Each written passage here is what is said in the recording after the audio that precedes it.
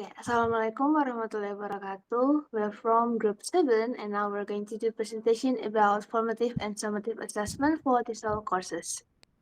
The members are Amana Fazila, Kanza Hanifa, and I myself, Pangesidia Dewi Syafitri.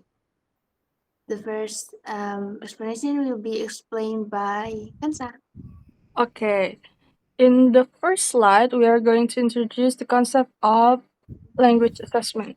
According to Shohami et al. 2017, language assessment refers to a broad range of tools and practices used to measure someone's language skills. This can include speaking, listening, reading, and writing. Now, why do we test language? The main purposes are to measure how well someone uses the language, guide teaching and curriculum decision, and provide official proof of language ability for things like job application or university admission.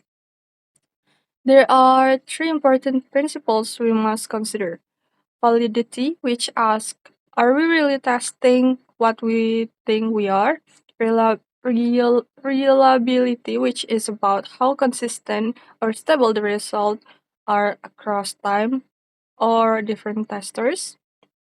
And practicality, which looks at how realistic the test is in terms of time, cost, and effort needed to carry it out. Next slide, please. Now let's move on to the role of assessment in evaluating the curriculum. Assessment plays a crucial role as a feedback tool.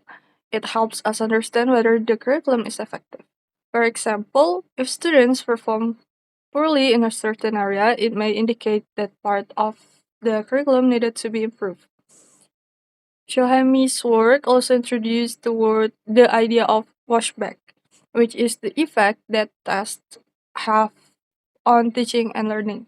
Sometimes tests can push teachers to teach to the best instead of focusing on broader learning. That's why it's important to think carefully about how assessments are designed and how they influence education policy. Lastly, there are two types of curriculum evaluation. Continuous assessment happens during the learning process. This could be quizzes, class participation, or assignment.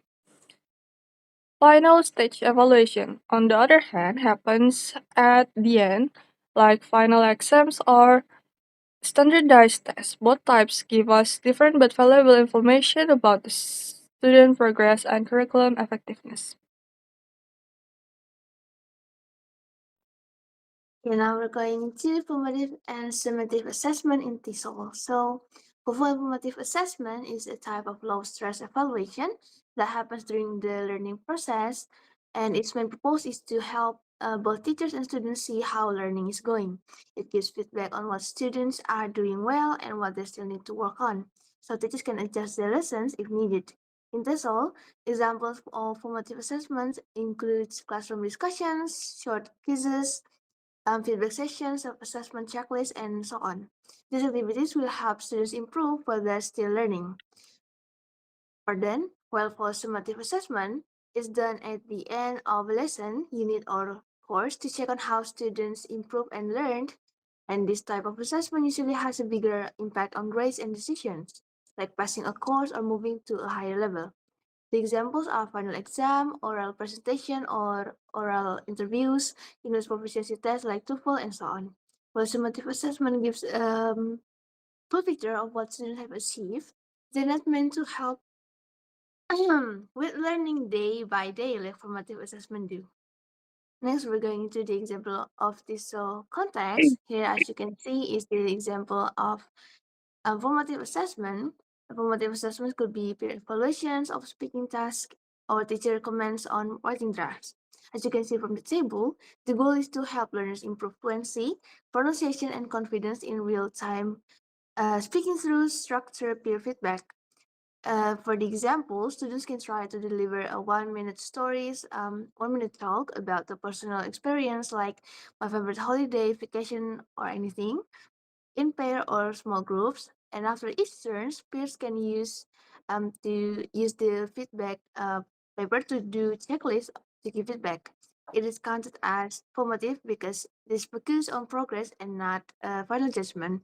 This also encourages self-reflection and collaborative learning, which align with Sahami, and encourages meaningful language use in authentic contexts. While here, as you can see, is the summative assessment, which is a final project or oral proficiency interview. The goal is to evaluate students' speaking skills at the end of an formal one-on-one setting, and the students can try to participate in a 5 minutes interview with their teachers, answering and elaborating on open-ended questions about study topic. For example, can you describe a problem in your environment and how you solve them? It is counted as a summative assessment because it is used as an assign of a final grade, evaluates overall learning outcomes, and take place after instructions.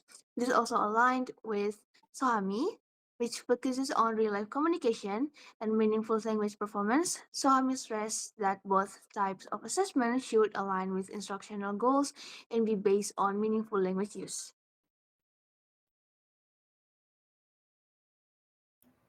And next is designing effective assessment in TESOL. So the first one is criteria from Sohemi for good test design. According to Sohemi, tests should not only measure how much students know, but also help them learn better. A good test should be fair for all students, no matter their backgrounds. We should avoid using tests that make some students feel feel left out or that don't support learning. We must also think about how tests affect education and society. And the second one is considering of learners' needs and context. When making a test, we must understand who the learner are. Are they young or adult learners? Are they learning English for school, work, or travel? A good test match the learner's purpose and context. For example, students who want to study abroad need academic English, while workers need practical English for the job. And the last one is authentic and communicative competence. Tests should be real and meaningful. This means using tasks made that happen in real life, like role plays, writing emails, or giving presentation. We should focus on communication, not just grammar or vocabulary. We want to know if students can use English to express ideas and interact with others. Next, please. So, in conclusion, assessment plays a big role in teaching and learning. A good test helps teachers see student progress and helps students who know to improve.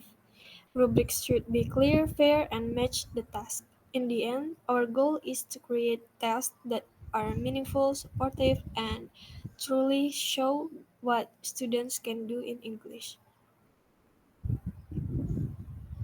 Okay, that's all from us. Thank you very much. Wassalamualaikum warahmatullahi wabarakatuh.